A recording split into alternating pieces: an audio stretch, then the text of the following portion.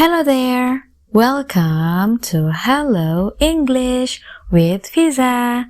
Di penjelasan sebelumnya, kita sudah membahas noun, pronoun, dan adjektif. Sekarang saatnya kita membahas verb atau kata kerja. Siapa nih yang udah menantikan penjelasannya? Yuk kita lihat. Kalau kamu mendengar verb atau kata kerja, apa sih yang terlintas dalam pikiranmu? Apakah kamu berpikir kata kerja itu cuma kegiatan yang membutuhkan pergerakan fisik saja, seperti berjalan, makan, minum, menulis, membaca, dan lainnya? Iya, memang betul. Semua itu adalah contoh kata kerja. Tapi itu hanya sebagian. Karena di dalam bahasa Inggris, verb tidak hanya pergerakan fisik saja, melainkan ada banyak kata kerja yang memiliki fungsi yang berbeda. Let's take a look. Mari kita lihat. Di sini sudah ada 5 kalimat. Vano eats a bowl of meatball. Rudy agreed with me. I feel happy. Ira has one pencil case. My brother is a teacher. Yang manakah kata kerja? Ya, it's, agree, feel, has, dan is adalah kata kerja. Kita akan bahas satu-satu. Kita lihat contoh yang pertama. Vano eats a bowl of meatball. Di dalam kalimat ini, it's merupakan kata kerja. Ia termasuk jenis physical action atau tindakan yang membutuhkan pergerakan fisik atau sering disebut juga action verb.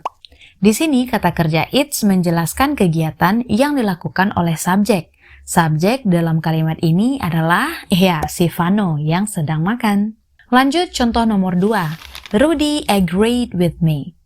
Agreed di sini juga kata kerja. Ia termasuk mental action. Apa sih itu mental action? Jika action verb adalah pergerakan fisik, mental action sebaliknya, dia tidak pergerakan fisik, tetapi tindakan mental action ini berkaitan dengan pemikiran dan persepsi. Jadi tindakan subjeknya melalui pikiran. Inilah yang disebut mental action. Di sini agreed termasuk kepemikiran dan menjelaskan pemikiran si subjek Rudy bahwa dia setuju. Next berikutnya, I feel happy. Lalu ada kata feel, yaitu merasakan. Sama dengan agree tadi, feel juga tidak membutuhkan pergerakan fisik. Namun kata kerja feel menjelaskan feeling atau perasaan si subjek. Yang di sini subjeknya adalah I atau saya, yang mana ini pronoun ya, yaitu kata ganti. Jadi subjek itu bisa noun atau pronoun, kata benda atau kata ganti. Next, Ira has one pencil case. Di dalam kalimat ini ada kata kerja has yang berarti menunjukkan possession atau kepemilikan. Informasi subjek yang dijelaskan di sini adalah orang, yaitu Ira yang memiliki atau mempunyai kotak pensil. Jadi, has juga termasuk kata kerja, walaupun tidak ada pergerakan fisik. Dan terakhir adalah my brother is a teacher. Is juga kata kerja. Siapa yang baru tahu? Is termasuk salah satu state of being verb, yaitu to be.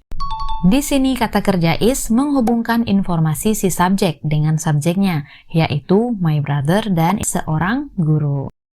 Jadi, apakah itu kata kerja? Kata kerja menjelaskan apa yang sedang dilakukan oleh subjek. Subjek tahu ya, bisa berupa noun atau pronoun. Kata benda atau kata ganti. Kalau kata benda bisa berupa orang, hewan, tumbuh-tumbuhan, benda mati. Kalau pronoun adalah kata ganti, bisa kata ganti orang atau benda. Jadi kata kerja inilah yang menjelaskan atau mengungkapkan suatu tindakan, perasaan, kepemilikan, keadaan, atau informasi tentang si subjek. Jadi jelas ya, verb itu tidak hanya kegiatan yang melibatkan fisik saja, tapi lebih dari itu. Lalu seberapa penting sih verb di dalam suatu kalimat? Sangat-sangat-sangatlah penting. Karena di dalam setiap kalimat pasti ada verb, dan verb memberikan semua informasi mengenai subjek. Nah, gimana? Cukup mudah ya mengetahui apa itu verb? Agar lebih paham lagi, kita lanjut. It's practice time! Pilihlah kata kerja di bawah ini dan tentukan fungsinya. Number 1. My mother usually makes breakfast for us. The answer is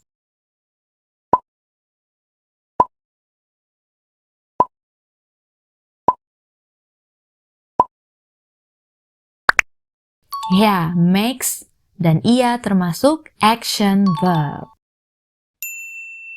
Number 2. Satria understands the lesson well. The answer is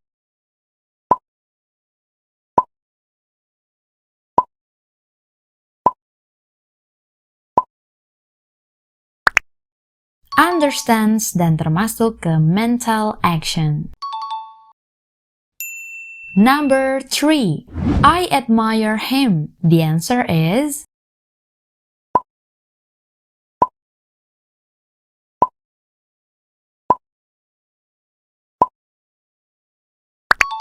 admire dan termasuk ke feeling. Number 4. Rini has a beautiful eyes. The answer is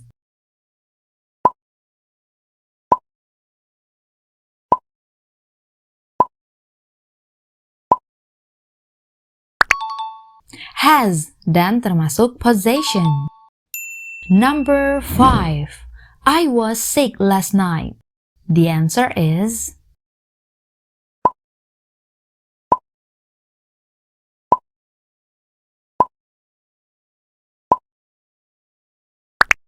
was dan termasuk ke states of being verbs. Number 6. Ronnie waved his hand. The answer is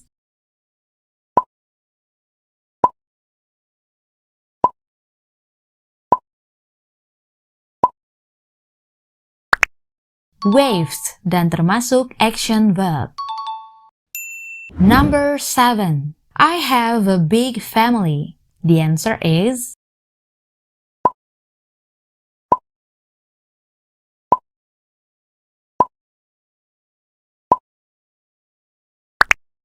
have dan termasuk possession. Number 8. He guessed that it would rain today. The answer is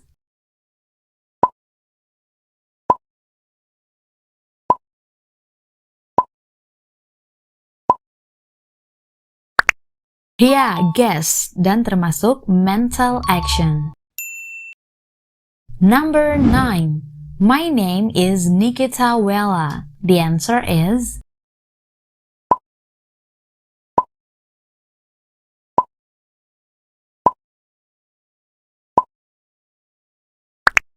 ya, is dan termasuk ke states of being verbs.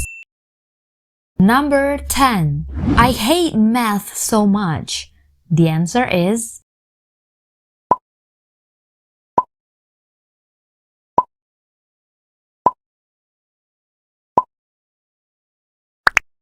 hate dan termasuk feeling. Gimana, betul semua kan? Kalau belum, silahkan tonton videonya sekali lagi ya. Nah, itu dia tadi apa itu verb secara garis besar. Sekarang kita masuk ke summary of this lesson today. Kesimpulan pelajaran hari ini adalah verb menjelaskan apa yang sedang dilakukan oleh subjek. Verb bukan hanya kata yang berhubungan dengan pergerakan fisik saja. Verb juga menjelaskan tindakan fisik, tindakan mental, kepemilikan subjek, informasi, dan perasaan. Verb di dalam suatu kalimat sangat-sangatlah penting karena di dalam setiap kalimat pasti ada verb. Nah, di dalam bahasa Inggris, verb dikelompokkan menjadi beberapa macam dan kamu harus mengetahui macam-macam verb ini secara detail. Ada action verb, stative, transitive and intransitive, linking, helping, modal, regular and irregular, phrasal, finite and non-finite verbs that consist of gerund, infinitives, and participles. Nah, dengan mengetahui macam-macam verb, kamu akan paham dasar-dasar kata kerja yang nanti akan menjadi modal awal untuk fondasi yang kuat dalam mempelajari dan mempraktekkan tenses. Tenses itu apa? Tenses adalah perubahan kata kerja berdasarkan keterangan waktu. Jadi ada ketentuan-ketentuan yang mesti kamu pahami ketika berbicara bahasa Inggris. Nah, untuk itu sabar. Sebelum mempelajari tenses, kita akan membahas dan mengupas dulu secara detail jenis-jenis kata kerja ini, oke? Di video selanjutnya kita akan mulai membahas tentang action verb. Are you ready? Ready! Baiklah, itu dia semua penjelasan tentang verb. Oh ya, sebelum berpisah, seperti biasa ada quotes yang bagus untuk kamu, kali ini dari Malcolm X.